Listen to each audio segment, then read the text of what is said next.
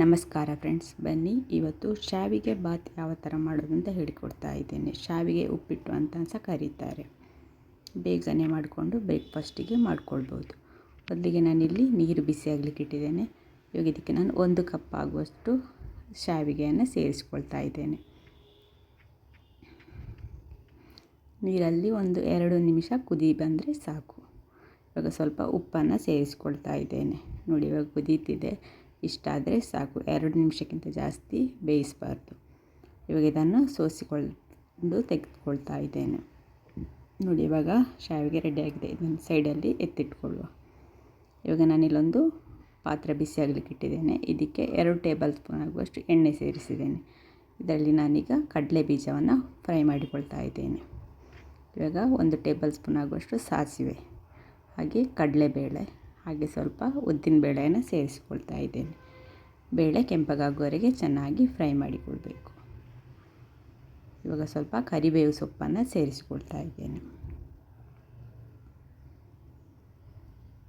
ಇವಾಗ ಕಟ್ ಮಾಡಿಟ್ಟಂತಹ 1 ಈರುಳ್ಳಿಯನ್ನು ಸೇರಿಸಿಕೊಳ್ತಾ ಇದ್ದೇನೆ. ಇವಾಗ ಖಾರಕ್ಕೆ ಕಾಯಿ ಮೆಣಸನ್ನು ಸೇರಿಸ್ಕೊಳ್ತಾ ಇದ್ದೇನೆ. ನಾನಿಲ್ಲಿ 2 ಕಾಯಿ ಮೆಣಸನ್ನು ಸೇರಿಸಿದ್ದೇನೆ. ಇವಾಗ ಕಟ್ ಮಾಡಿಟ್ಟಂತಹ 1 ಚಿಕ್ಕ ಟೊಮೆಟೊವನ್ನು ಸೇರಿಸ್ಕೊಂಡಿದ್ದೇನೆ. ಇವಾಗ ಸ್ವಲ್ಪ ಉಪ್ಪನ್ನು ಸೇರಿಸಿಕೊಳ್ತಾ ಇದ್ದೇನೆ. ಉಪ್ಪು ನೋಡಿಕೊಂಡು ಸೇರಿಸಿ. ಆವಾಗ ಸೇಮಿಗೆ ಬೇಯಿಸುವಾಗ ಕೂಡ ಉಪ್ಪು ಸೇರಿಸಿದೆ, ಅದಕ್ಕೋಸ್ಕರ. ಇವಾಗ ಕಟ್ ಮಾಡಿಟ್ಟಂತಹ ಕ್ಯಾರೆಟನ್ನು ಸೇರಿಸ್ಕೊಳ್ತಾ ಇದ್ದೇನೆ. ನಿಮ್ಮ ಹತ್ರ ಬೀನ್ಸ್, ಬಟಾಣಿ ಇದ್ದರೆ ನೀವು ಅದನ್ನು ಸಹ ಸೇರಿಸ್ಕೋಬೋದು. ಇವಾಗ ಇದೆಲ್ಲ ಚೆನ್ನಾಗಿ ಬೇಯಬೇಕು. ಇವಾಗ ಬೆಂದಿದೆ, ಇಷ್ಟಾದರೆ ಸಾಕು. ಇವಾಗ ಇದಕ್ಕೆ ಬೇಯಿಸಿಟ್ಟಂತಹ ಸೇಮಿಗೆಯನ್ನು ಸೇರಿಸಿಕೊಳ್ತಾ ಇದ್ದೇನೆ. ಇವಾಗ ಇದನ್ನೊಂದು ಸಲ ಚೆನ್ನಾಗಿ ಮಿಕ್ಸ್ ಮಾಡಿಕೊಳ್ಳುವ. ಎಲ್ಲನೂ ಸಹ ಹೊಂದ್ಕೊಳ್ಬೇಕು. ನೋಡಿ, ಚೆನ್ನಾಗಿ ಮಿಕ್ಸ್ ಆಗಿದೆ. ಇವಾಗ ಸ್ವಲ್ಪ ನಾನು ನಿಂಬೆ ರಸವನ್ನು ಸೇರಿಸ್ಕೊಳ್ತಾ ಇದ್ದೇನೆ. ನಿಂಬೆ ರಸ ಸೇರಿಸಿ ಸ್ಟವ್ ಆಫ್ ಮಾಡಿದರೆ ಆಯಿತು. ನಮ್ಮ ಶಾವಿಗೆ ರೆಡಿ ಆಗ್ತದೆ.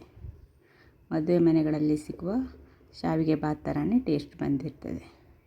ಬ್ರೇಕ್ಫಾಸ್ಟಿಗೆಲ್ಲ ಬೇಗನೆ ಮಾಡ್ಕೊಂಡು ತಿನ್ಕೋಬೋದು. ನೀವು ಸಹ ಒಂದು ಸಲ ಟ್ರೈ ಮಾಡಿ ನೋಡಿ.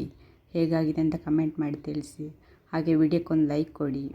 ಫ್ರೆಂಡ್ಸ್ ಆ್ಯಂಡ್ ಫ್ಯಾಮಿಲಿ ಜೊತೆ ವಿಡಿಯೋವನ್ನು ಶೇರ್ ಮಾಡಿ.